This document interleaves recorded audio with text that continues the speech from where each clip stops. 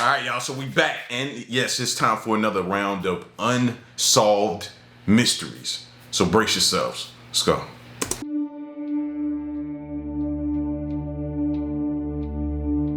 The past is filled with mystery and a history that refuses to rest. For ages, these enigmas have haunted the catacombs of bygone eras, never to be solved.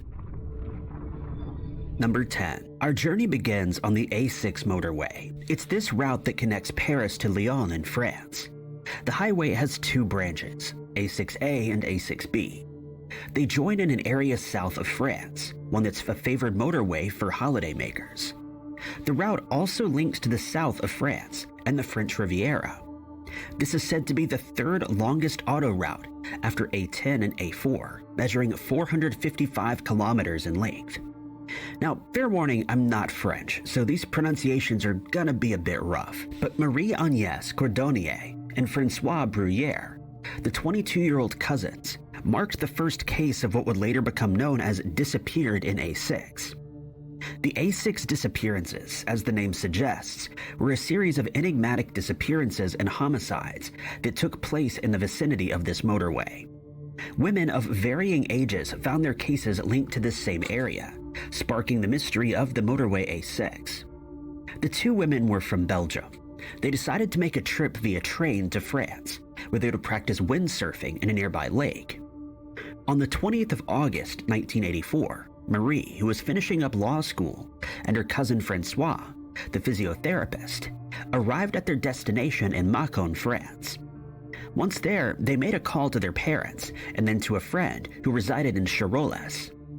The two hitchhiked from the station to Charolles. A truck driver gave them a ride, and they met up with Andre and then another friend named Patrick Pagani. The two women would stay here for 2 nights. On the 22nd of August, Andre, his son, and Patrick took the two cousins to the vineyards, and later they had lunch. They then headed for the St. Laurent Bridge around 6 that afternoon. It was there that the last picture of Francois and Marie would be taken. There was an idea that the group would be heading to Aix-les-Bains, and they would be planning to return 3 days later. The two women failed to make contact with their parents for a few days, and alarm bells rang. The parents spoke with their children's friend who lived in France, but the friend couldn't find them. Marie and Francois were gone. Police began their investigation and believed that the two were staying over in Mâcon. One investigator also believes that they were unable to find a lift, and it was starting to get late. On the 23rd of August, a grocer claimed that the women had walked into his shop to buy something. 2 car drivers also came forward, one of which told detectives that he'd picked the women up and dropped them off outside of a commune in Bordeaux. The second driver said that he'd picked them up 1 kilometer away from where they'd been dropped off. This driver had left them off at Bassins. It was then discovered that Francois had made contact with the truck driver, but it wasn't him who picked up. It was another man referred to as Mr. X. This man would head to Bassins and wait for the ladies to climb in. When asked about how it went with the two women, Mr. X promptly responded with very, very bad. There was no evidence, though, that tied him to a crime or the disappearance of Marie or Francois. The cousins weren't the only ones to have gone missing in the area of the A6 either, and multiple homicides would also take place there. Unfortunately, the case of Marie-Agnès Cordonnier and François Bruyère would be listed among the dreadful list of women whose disappearances have yet to be solved. Their fate remains unclear, as do the events surrounding this seemingly mysterious motorway. That's interesting, because we don't hear about too many interstates that, or at least I haven't. So that's why I'm about to pose this question. Are there any roads, interstates, highways, anything like that that I should be weary of going down? Like, and I don't care what state or what city, let me know. Because you don't hear about that. Just because you don't hear about that doesn't mean that we don't have roads here in the US that you should definitely not go down. I need to know what they are. If y'all know some of them, put them in the comment section for me, please. Because that just got me thinking, you know? Just stuff like that, just whatever type of incident, you know? Similar to this one, different, let me know. Some believe that these incidents are the work of a homicidal maniac or a serial kidnapper, but the mystery is far from solved. Number 9. We all know that the government has many secrets that they don't want the public to know about. Of course, they would need to take an extra precaution to protect their databases from intrusion and hacking. But what could be so incredibly sensitive that they would need to make the use of the most uncrackable encryption ever?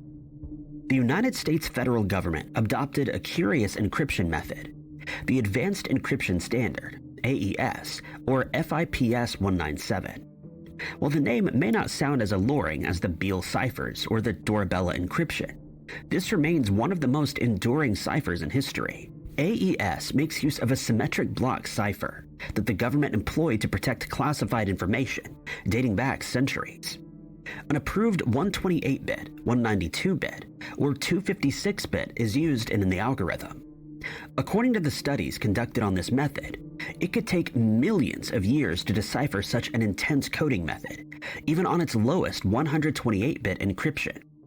The theory is that the 256-bit is more challenging to crack than the 128-bit encryption, but the 128-bit itself has never been cracked in the history of its employment. It could take years to cover every single one of the possibilities that are generated by this code, so it's probably not going to be deciphered soon. This method of protection deploys a secret key that scrambles information, rendering it unreadable and useless without authorization. AES 128 uses the 128-bit key length, resulting in 10 rounds of encryption, with 3.4 times 1038 potential combinations. AES 192 results in 12 rounds of encryption, harboring 6.3 times 1057 potentials.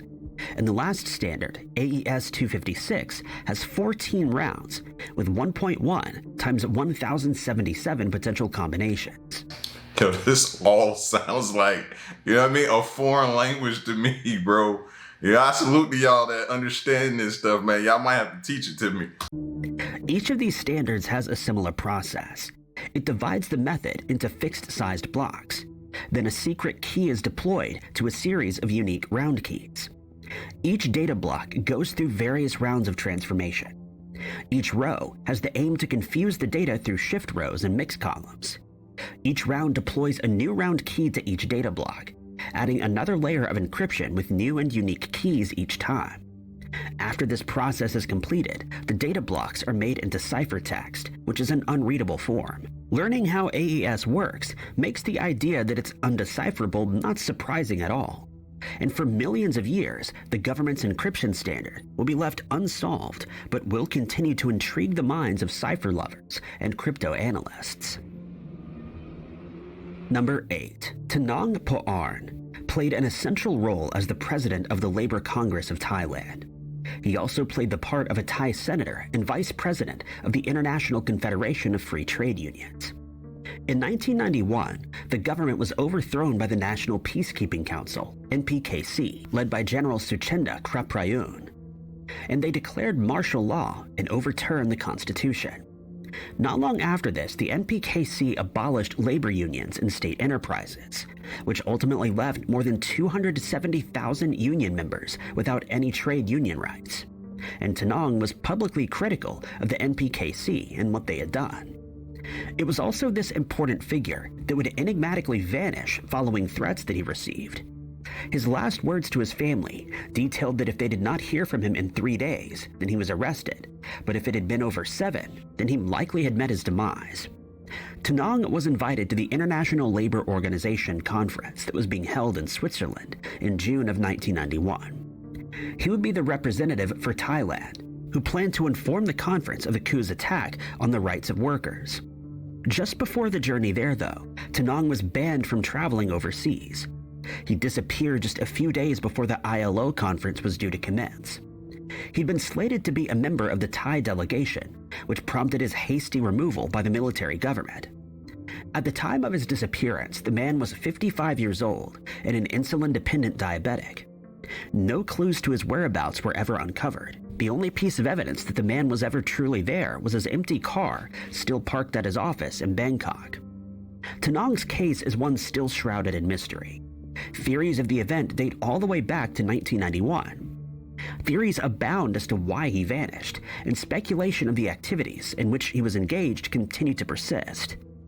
The Royal Thai Police also noted that without a body, the speculation of an untimely end could not be confirmed. Some believe that the incident was an assassination carried out by rivals. Others suggest that it was gangsters to which he owed money. Others speak of a former mistress or a vanishing act. None of these ideas, though, can... Really? Vanishing act? No, bro. Something happened to him. They did something to him. They did not want him to show up. And yeah, that's what I believe. I don't believe he just, okay, I'm tired of this life. I'm gonna just go miss and get low for a long period of time and be by myself. No, I don't think that. No, they got to him. Can be proven. Number 7. In 1886 or 1887, one of the most well-known artists, Vincent van Gogh, painted the poppy flowers, sometimes referred to as vase with flowers. The painting depicted yellow blooms with red contrasting poppies in a vase against a dark background. It's thought that it was painted just a few months after the artist arrived in Paris. During his 2 years there, Van Gogh painted dozens of flowers. According to some historians and art analysts, this painting may have been given as a gift to a friend. Initially, this artwork's authenticity was in question, but was accepted by the world's leading Van Gogh expert, Louis van Tilburg. This painting may be the only one of the artworks done by Van Gogh to be acquired by a collector outside of the area of Europe and North America. Poppy Flowers was purchased in Paris by Mohamed Mahmoud Khalil in the early 1920s. He married a French woman named Emmeline Luce and made frequent trips to Paris, where he visited the dealers of Impressionism. This painting became an attraction at the Mohamed Mahmoud Khalil Museum, located in Cairo, from which it was stolen not once but twice. The first theft occurred on the 4th of June in 1977, and strangely, the Egyptian government has remained incredibly secretive about the event, possibly due to embarrassment. Upon arriving at the museum, staff noticed something out of the ordinary, an empty spot where a prized possession should have been hanging. It isn't known for sure how exactly the painting came into the hands of the thief, but it is theorized that it was snatched up during the museum's move. Hints have also been directed at a trio of Egyptian residents, being the assailants in this case. The artwork was unfortunately Egyptian residents? Like, it's always weird to me where they point us in, and I never go where they point me in the direction of, you know? If I'm wrong about that, then cool, I'm wrong about that. But I always feel like y'all trying to steer me away from it, so y'all trying to point to somebody who has nothing to do with this, and Egyptian residents don't sound like it to me. And then you're saying the government is being quiet about it, like this couldn't be an inside job, or that their involvement might be in it. Like, no, don't steer me that way. I'm watching you. Discovered 1 year later in Kuwait, only to be stolen again on the 21st of August in 2010. See what I'm saying? How can it get stolen? With that much security, a resident ain't just gonna do it. It don't, no. It seems real fishy to me. And again, I'm screaming, inside job. This time, the act was more interesting. The poppy flowers were cut from their frame in broad daylight. It was taken out of the museum right under the security's noses. This caused distress in the community. This jewel even had its very own room where it was placed alone. Staff soon discovered an empty frame and a missing piece, estimated to be worth $55 million. Alarms were raised and questions about how it was done began to circulate. Farouk Hosni, the Minister of Culture, was quick to act, ordering urgent measures to be taken at all ports to prevent the artwork from leaving the country. Just hours later, news circulated reports of 2 Italian tourists detained at the Cairo National Airport. According to the reports, museum officials documented that the couple had been acting strangely while in the washroom. They also abruptly left the tour group and the museum, an act that raised red flags. Hosni would later make an unfortunate blunder when he announced the discovery of the poppy flowers. He retracted the statement, claiming that he'd received incorrect information. When a connection couldn't be made with the Italian tourists, they were released and authorized to return home. Since this wasn't the first time that the painting was stolen, an investigation into the museum's security had to be done. Upon investigation, it was found that 7 of the 43 security cameras had been operational, and none of the security alarms were active at the time. It was also found that the security guards hadn't made their rounds that day. It was later stated that the likely scenario involved an employee at the museum, but nothing could be confirmed. There was a limited pool of suspects, and since that day, Poppy Flowers has remained missing. Number 6. Where is Helena Anderson? That's the question that has stumped authorities, historians, and the community alike, since Martha Helena Anderson disappeared from Sweden in June of 1992. It was a summer night when the vibrant 22-year-old woman had finished the moving-in celebration and had headed for Stad's Hotel with her sister.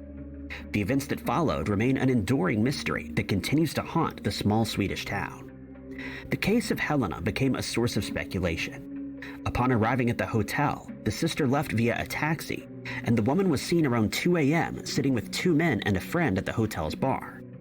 This was the last confirmed time that anyone saw her, as she walked out of the hotel alone. Her home was just under a mile away, a walk that would take about 20 minutes.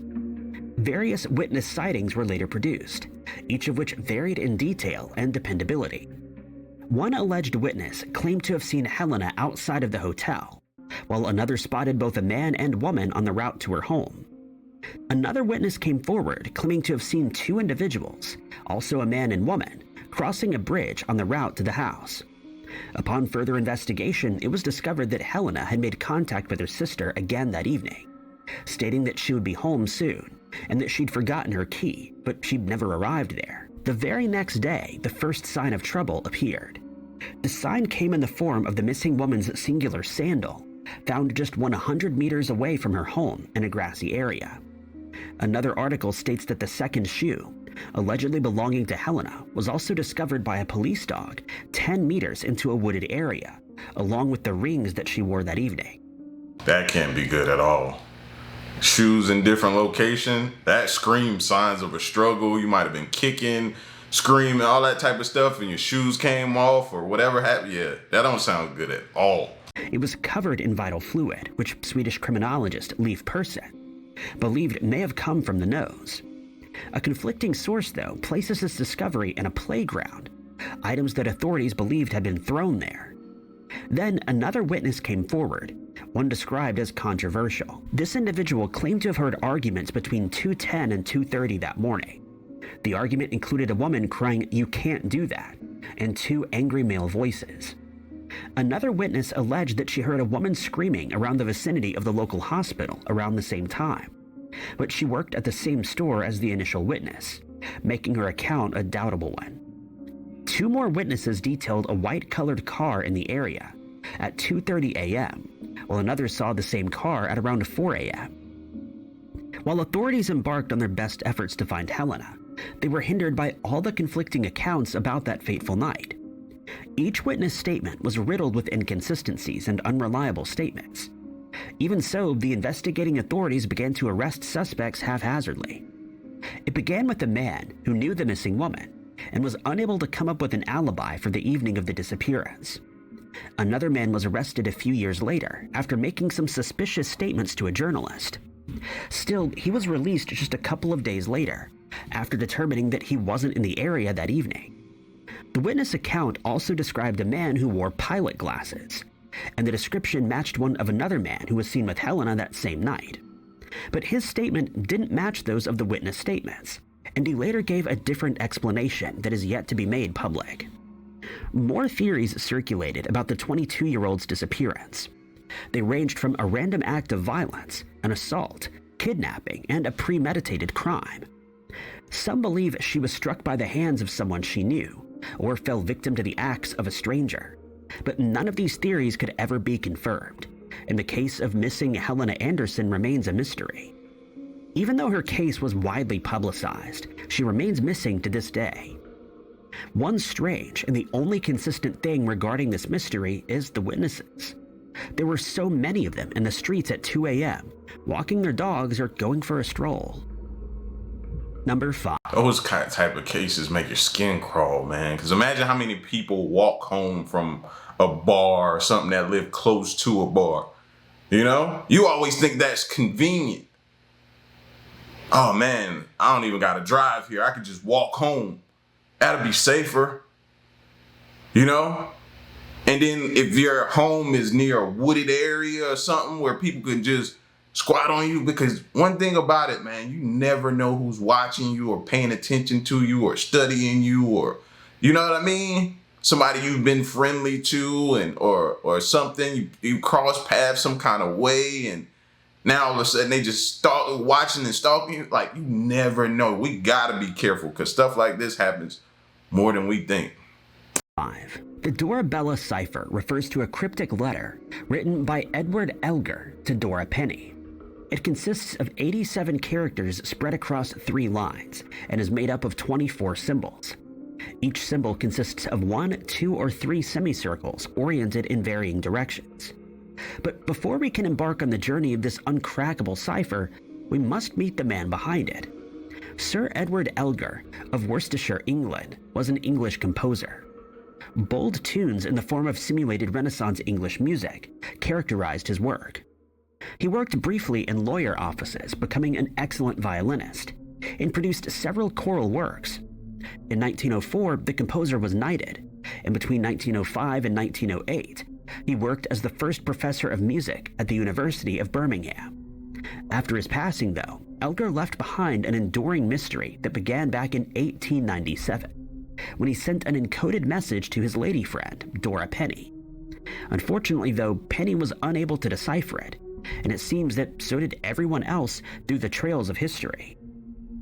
In 1937, the unsolved cipher was made public in a memoir 4 years after the composer's passing.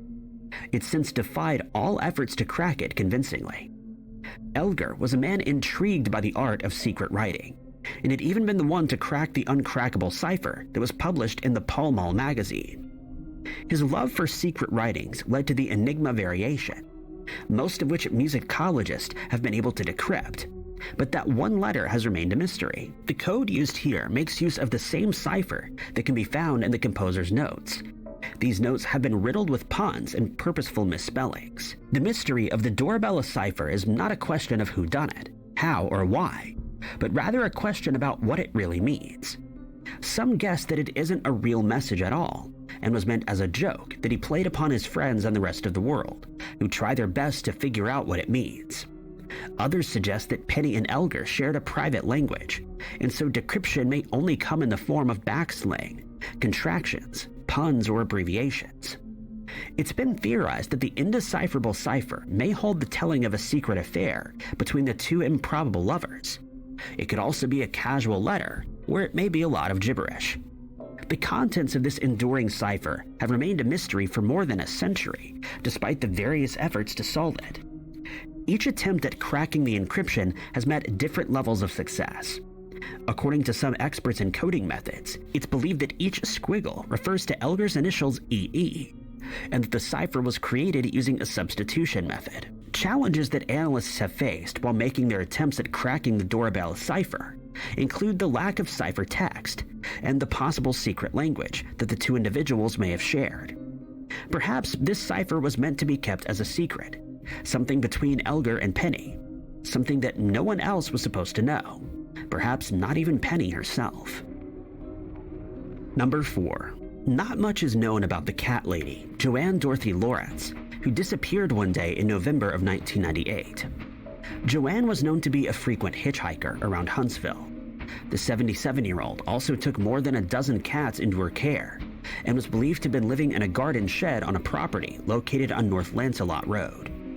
Strangely, though, this woman's case was one of 4 cases where elderly individuals enigmatically vanished in the same area that same year. The other 3 individuals were 70-year-old Ralph Bernard Grant, 90-year-old John James Semple, and 71-year-old John Leroy Crofts, all of whom are still listed as missing people. Periodically, since the last sighting of Joanne, these cases have evoked some significant media attention. It was even the subject of a 1-hour television news investigation. Despite all this attention, though, very little information about the disappearance is in circulation, at least to the public. When the isolated woman disappeared, the Ontario Provincial Police were unable to locate her next of kin. Joanne was said to be living a hermetic life and spent most of her pension on cat food, as well as $600 of rent on her 8-by-10-foot garden shed. In an effort to locate the missing cat lady or learn more about her disappearance, The OPP offered a $50,000 reward, but 20 years later, they continued to list the incident as an active missing person case.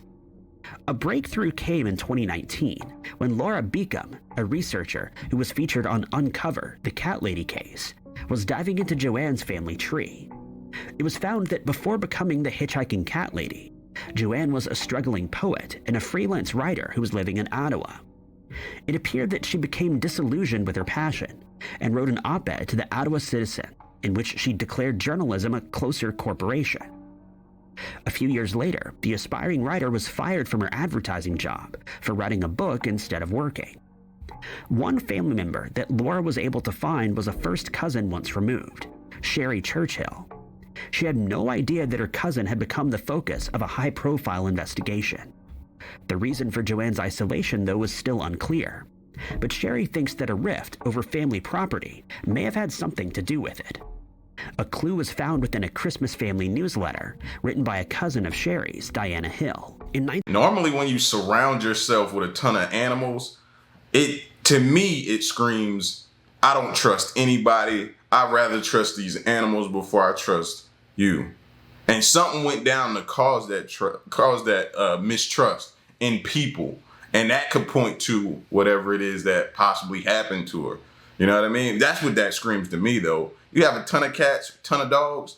It's always, I'd rather live with them, and I trust them to not let me down more than I trust people. So maybe that could be something. I don't know. 1996, Hill visited Vancouver with the missing woman's aunts. These aunts had told her that Joanne and her mother, Irene, were unhappy that they had inherited family property.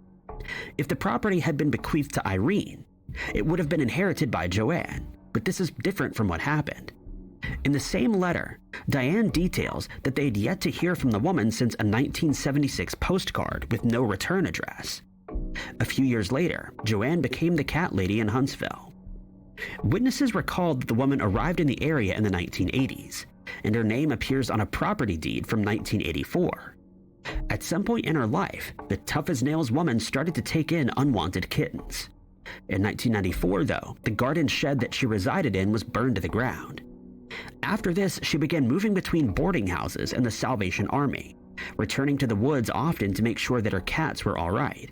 But 4 years later, Joanne Lawrence fell off the face of the planet. Number 3.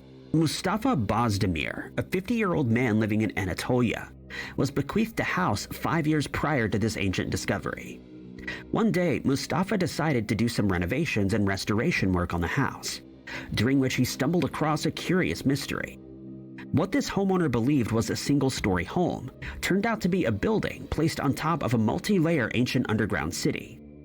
This area of Anatolia and Turkey is known for its underground cities, which are uncovered every other year. 40 complete cities have been discovered, along with 200 underground villages and tunnel towns. Adding to the intrigue are the hidden passages, secret rooms, and ancient temples buried beneath the dirt.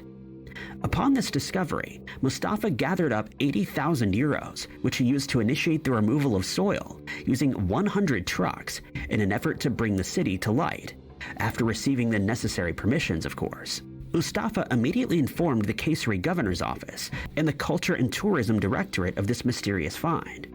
They've also contributed a $420,000 equivalent toward the restorations. Upon further investigation, it was found that this well-preserved system dates back to the Roman era.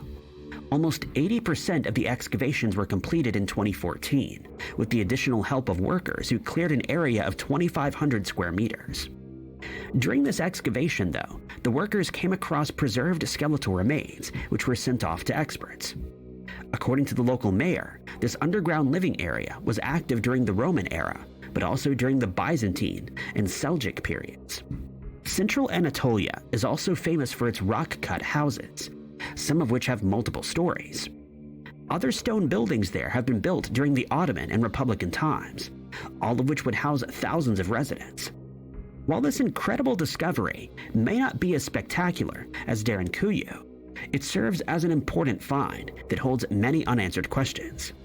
Derinkuyu is 11 levels deep, harbors 600 entrances, consists of many tunnel systems connecting it to various other underground cities. Take a good look at this, y'all. Keep saying it, man. We may be headed back to living like this, so take a good look at this. Start plotting on where you want to be at. Thinking about it. And houses over 1,000 people. This 2014 discovery demonstrates that the underground world of the Anatolia region has yet to reveal all of its secrets and mysteries. Number 2. Frank George Linz was born in Pittsburgh to German immigrants not long after the Civil War. Frank grew up with his mother and a tyrannical father named William. He was blue-eyed and blonde-haired and came of age in the 1880s, a time when the high-wheel bicycle ruled the roads. Frank quickly acquired skills in accounting and later found a job as a brass manufacturer. With these jobs, he was able to save up just enough money to afford a Columbia Roadster sporting a 56-inch wheel. It didn't take long for the cyclist to become part of the Allegheny Cyclers, where he could enjoy clubhouse benefits. By June of 1887, he embarked on his first-century ride to Newcastle, returning home at exactly midnight. 2 months after this, Frank headed for his first-ever long distance, this time to New York City and back. By that fall, the man started showing an interest in racing on track and road, and a competitive career would soon follow. Then, in the summer of 1889, Frank made another trip to New York, this time taking his Balier camera with him. Later, the cyclist met the ideal riding partner, Charlie Petticord. His stamina allowed him to keep up with Frank, and he didn't mind the regular stops for the scenic photographs. In 1890, the two headed for St. Louis along National Road, and that same August they embarked on an even more extended trip, this time to New Orleans. But 2 years later, Frank came to a crossroads. He was 25 now, and most of his friends had already given up the hobby, settled down and started a family. His mother and seamstress partner, Annie Leach, wanted him to do the same. But Frank longed for just one more cycling adventure, and so on the 15th of May in 1892, he geared up with his camera and other items and made an unofficial departure from Pittsburgh. He headed for New York City, where the Outing magazine arranged for a grand send-off. The cyclist was going to be making the longest journey. The venture lasted 2 years. He crossed the United States from east to west and cycled through the scenic streets of Japan. He then braved Burma's monsoons and crossed India before reaching Persia. In April of 1894, Frank arrived in Tabriz, where the Crown Prince would receive him. In good health, the enduring cyclist then set out for Turkey, crossed Europe and visited Germany. But according to a letter he addressed to Charlie, he actually longed to be home and was expected to arrive in 10 days. But June had come and gone. Anna Lenz, Frank's mother, was the first to sense the danger. She never wanted her only son to embark on the round-the-world venture. She feared for the man's life. Anna knew her son was stubborn and reckless, though. In July of that year, the worried mother received an ominous cable from Thomas Cook & Sons. She was notified that her son's luggage and mail were awaiting collection in Constantinople, and the sense of terror was in full force. Anna had been tracking Frank's progress through the regular letters he'd sent her. She knew he'd made it to Tabriz, which was 2 months prior, but from there his fate was left to speculation. The following year, the Outing sent Robert Bruce to Turkey in search of the man, but to no avail. By 1896, Frank was declared missing in Asiatic Turkey, but the magazine continued to post hopeful reports that he would soon pop up and report further on his progress. The New York Times soon took an interest in the case and printed up reports detailing an 18-month period that varied in detail. The variations were found in the nationality, assailants, and the place.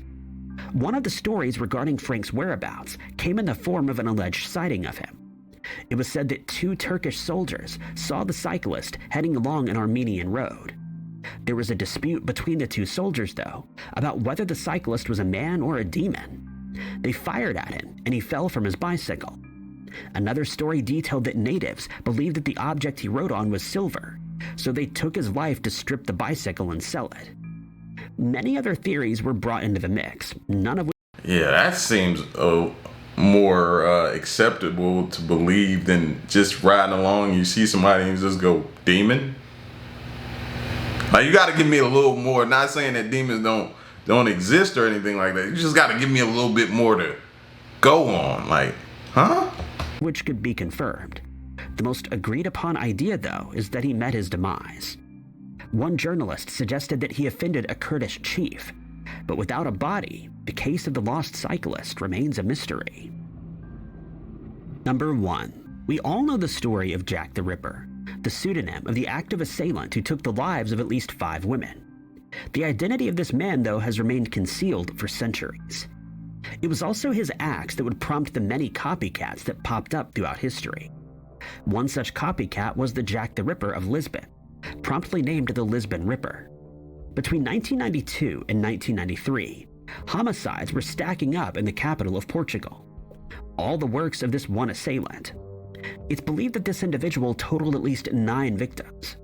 The first victim was 22-year-old Maria Valentina, who was discovered in a hut in Póvoa. She met a gruesome demise. Following this, a second victim was found, this time 24-year-old Maria Fernanda, who met her end the same way. The next victim was Maria João, a 27-year-old who would meet an ugly fate. What became quite evident very quickly was that this individual was targeting women who were named Maria, specifically younger ones with dark hair, all of which would be fatally wounded in the abdomen, a series of incidents that were reminiscent of the notorious British felon. The Portuguese police launched an investigation, but each crime had little to no evidence. Aside from the victim, there was no trace of bodily fluid, hair, footprints, a fingerprint, or even a glove marking. The police department would then sieve through various suspects, none of whom had enough evidence to tie them to the cases. No arrests were made for any of these homicides, and the identity of the assailant would remain a mystery. Profiling this Ripper placed the person as a male individual. He's believed to have been between the ages of 20 and 40 years old at the time. It suggested that he was either divorced or just single, and that he quite obviously was once engaged in an intimate relationship with a dark-haired woman named Maria. The way in which he would commit these violent acts, using anatomical knowledge, places this Ripper as possibly a surgeon or other medical professional. It was also found that each of these cases was premeditated in nature. This is due to the fact that each victim was discovered in their own home, or a place where they would frequent. This also presents the idea that the Lisbon Ripper was a stalker who watched his victims so intensely that he was able to learn their names. In order to catch the assailant, a circle must be drawn around the suspected area of reach, an area where the perpetrator could easily spot his targets and withdraw quickly. The weapon of choice would have ranged from sickles to scalpels to saws, none of which could be confirmed. Strangely, though, similar events occurred in other countries, suggesting that the Lisbon Ripper didn't keep his violent acts unique to Portugal. Homicides like these have been found in the United States, the Czech Republic, Belgium, and the Netherlands. No evidence as to who the suspect may be has ever been found at the crime scenes.